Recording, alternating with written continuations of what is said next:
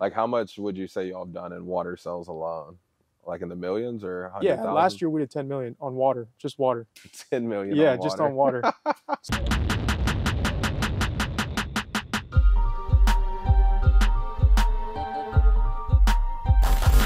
What's up, guys? Welcome back to the channel. My name is Derek, aka Flippingahouse. And if you guys are new here, we talk real estate, financial literacy, and just how to get better. But today is a very special episode because I'm here with one of my longtime friends, Mr. Andrew, and I'm gonna have him introduce himself, talk a little bit about what he does, and then we're actually gonna go through one of his warehouses and just really talk about our growth. Because if you guys don't know, we actually used to wait tables together at Cracker Barrel here in Houston when I first moved to the city.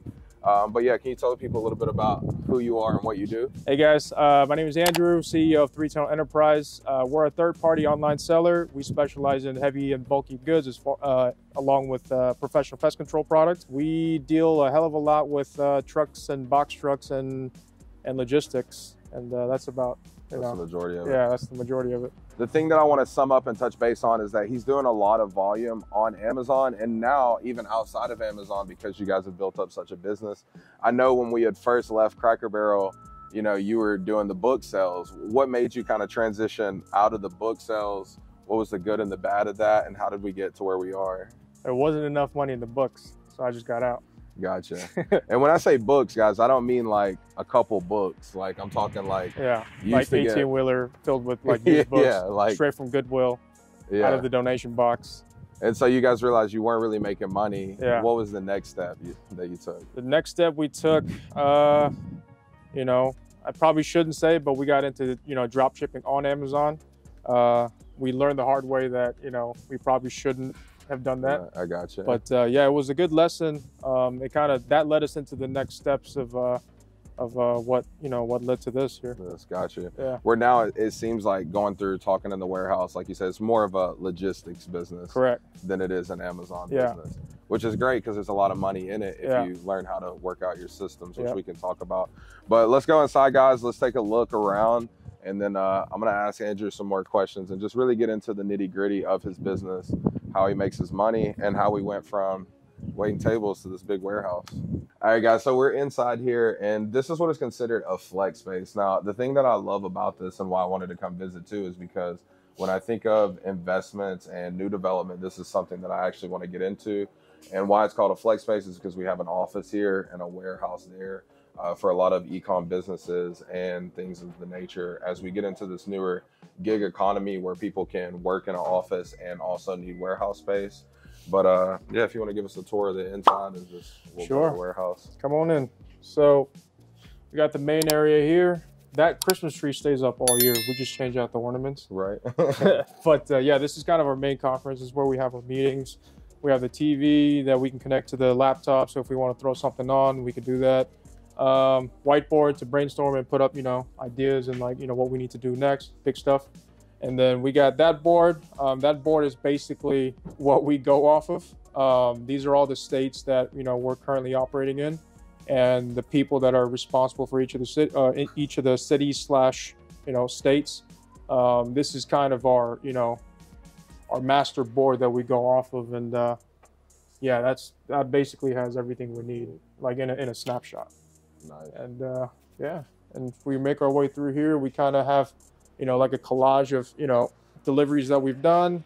We have a steady flow of these pictures, so I wanted to like fill up the entire wall and then like basically every wall. But yeah, these are kind of time consuming to put up, so we stuck with just like, you know, 5 basically. Okay, this is the warehouse. This whole thing keeps us cool through the summer times. It's a swamp cooler. So you flip on the pump, it kind of wets the backside here. And then as the air comes out, it's like 20-something degrees cooler. Oh, nice. Yeah, it actually like moves a lot of air. So if we just pop those doors open and we turn that on, it's nice and cool in here. So on this side, we have a lot of, you know, pest control, a lot of kind of lawn and garden, you know, fertilizer, stuff like that. This is a lot of fertilizer here. We got these on a deal, so we kind of picked up everything we could while we could. Yeah, more fertilizer, bed sheets, professional pest control products, herbicides, and yeah, we got these little aerosol bangle products for roaches. Make our way through here. This is kind of where we package up things for stuff that we want to send out to Amazon. This is where we do our FBM. So if we get orders that we need to send directly to the customers, it gets done here. And then on this side, this is the FBA line. So if we get products that we need to move to Amazon, we bring it up. It moves, along these lines, and then we sticker them up, and then we put them in a box, and it gets taped up through that tape machine. Yeah. Gotcha. And then when you say FBM, that's, I would assume, fulfilled by me or fulfilled by merchant. That's close. Merchant. Yeah. Okay, so I guess, and then FBA fulfilled by Amazon. Correct. Okay. Yeah. And then I know you talked about doing drop shipping. So what are the differences in FBM, FBA, and then drop shipping, right? Yeah. So technically, drop shipping is FBM, but you're relying on the retail, store to actually fulfill your orders. Okay. So if you get an order from Billy Bob and then you go to Walmart, you say it's going to Billy Bob and you put Billy Bob's address and they send it to Billy Bob. But that's a problem with Amazon because not only can the box not say Walmart or anything like that, or it came from a different store other than either your store or Amazon, it can't have any sort of packing slip with, your name or your company's, or not your name. It can't have like Walmart on the, on the label. On the label or anything like that. So if you send out enough of those, Amazon will take notice and then we'll shut your store down. And then it takes a while for you to get it back, or, and nowadays you can't even get it back.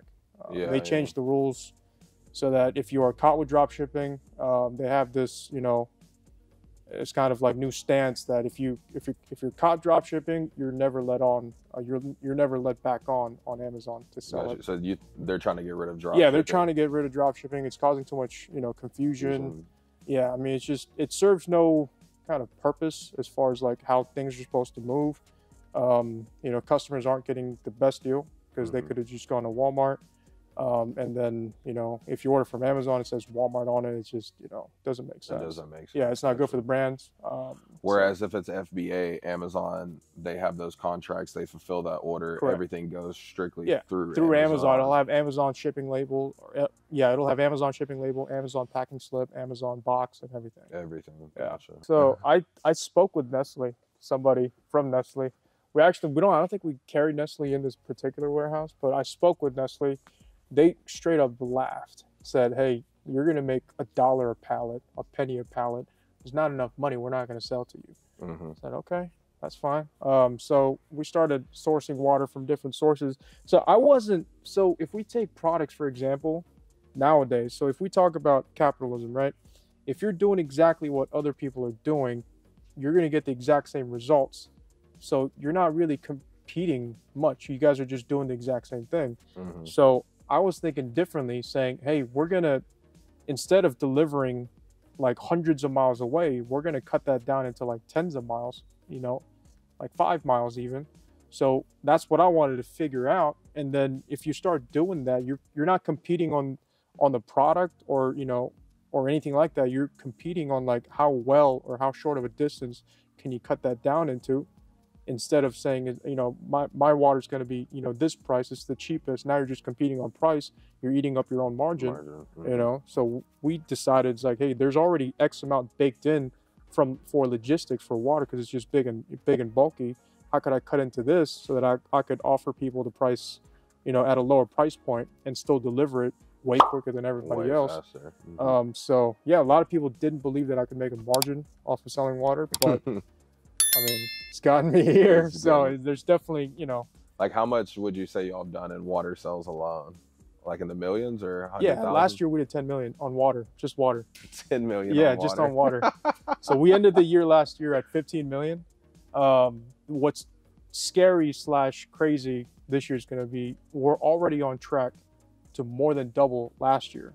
Like our numbers through April so far has been more than double what we did the first 4 months, last year.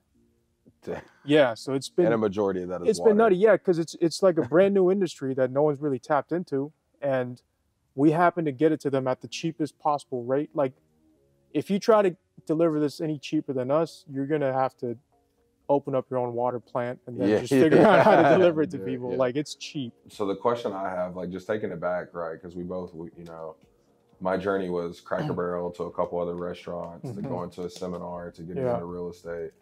What was your journey after Cracker Barrel, right? Because I know you were still in college at the time, right? I was in high school. Oh, shit. Yeah, I was a senior in high school. Yeah, I was 18. I was at Cracker Barrel. School ended. Obviously, the next step was college. Went to HTC for a year and a half and transferred over to U of H as a petroleum engineering degree. Did that, finished school, and kind of towards the end of college, I want to say probably a semester or two before everything was over with college, I got into real estate. I went to one of these courses that this dude was teaching, and he was like, you can get rich too. That guy was like, when you walk into church, and he's just kind of like, it was kind of like walking into church for me. Yeah. I was like, okay, I'm gonna do this. I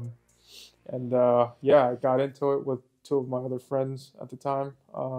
We actually started to close some deals. We didn't come out like completely empty-handed. After Harvey, obviously, that was like our big rush. I think we closed 2 big deals. We ended up profiting like 70-something thousand. And at that time, between the 3 of us, it was like the most amount of money we've seen come in ever. Yeah. So, at that point, we're kind of, we had finished school, and then we were kind of looking at the next steps in life. So we just kind of went our separate ways. And instead of just kind of, continuing my entrepreneurial journey at the time, I didn't have the confidence to do it alone. So I went and, got hired at a real estate firm as a buyer. So I was the guy, kind of going out and negotiating prices and purchasing, putting on the contract and stuff like that. Did that for 10 months. It was like the worst 10 months of my life. Like I was seriously like, I was starting to get really unhealthy, stressed, and, it just wasn't a good environment in general. So I lasted 10 months there. So right before it ended, I was kind of getting into the e-commerce thing. I was watching YouTube videos. I was like, wait. What piqued that interest into e-com? So real estate, what I had noticed is like so many things had to go right for you to make an income. You know what I mean? It's too many people. Yeah. And then I was like, man, like that's very stressful. I want something that I could just do, and then the money just kind of follows along. It doesn't have to be a lot of money. It could start with a little bit of money. I just wanted it to be like, if I do something, I want to get for sure get paid. So that was kind of the logic. And I watched this NBC piece. It was like this guy was going to Walmart, and then he did like $2 million in 1 year just by buying products from Walmart and reselling it on Amazon. I was like, all right, I'm doing this. Like, this is possible. So, but I think it's just important that like it wasn't a straight line up, right? Like it's a lot of, it was like a roller coaster ride. A lot of peaks. Yeah. You've had to overcome like a lot of things. If you could give advice to, younger entrepreneurs, what would that advice be? From Cracker Barrel to 10 million in water, right? Yeah. What I could think of is probably when you hit the downslope, because when you start, things may be going great, but that's not going to last forever. And you're bound to hit these lows.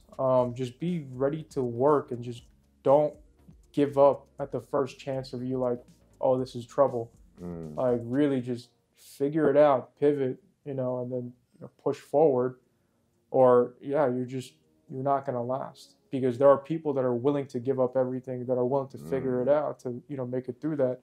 And then, they're the ones to continue on and figure it the fuck out. Yeah. Just figure it out. Yeah. Seriously. Just figure it out. There's nothing much to it.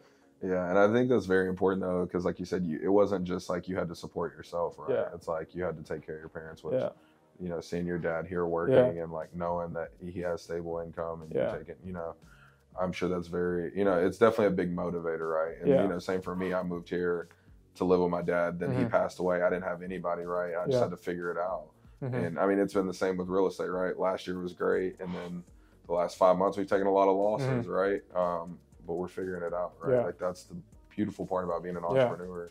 Some of these lessons we have to learn the hard way, right? Yeah. Because we can hear it, Yeah. and we still do Yeah. it anyway. I mean, it's like I'm thick-headed too, so it's like unless I go through it, it's hard for me to actually like learn it. Like Yeah. I actually have to go through it. Yeah. Yeah. No, this has been dope, man. I really appreciate your time. Guys, if you haven't already, I'm gonna drop Andrew's info. He's not the biggest person on social media, but he is the real deal. Really good friend. If you guys haven't already, make sure you like, subscribe, turn on post notifications. And if you're not already, make sure you're following me on Instagram and TikTok. Until next time, peace.